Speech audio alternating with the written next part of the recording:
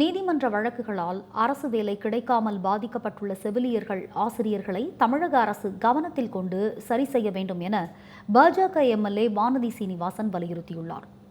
சட்டப்பேரவையில் வேலைவாய்ப்பு தொடர்பாக 110 விதியின் கீழ் புதிய அறிவிப்பை வெளியிட்ட முதல்வர் மு.க.ஸ்டாலினுக்கு பாஜக எம்எல்ஏ வானதி சீனிவாசன் நன்றி தெரிவித்தார்.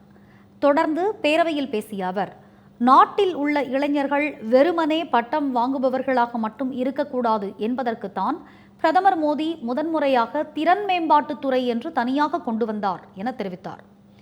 அதேபோல தமிழகத்தில் அரசு பணிகளில் கவனம் செலுத்தி இளைஞர்களுக்கான வேலைவாய்ப்பை கொடுக்க வேண்டும் என்ற முதல்வர் மு.க.ஸ்டாலின் எண்ணம் சரியானது எனவும் வானதி சீனிவாசன் கூறினார்.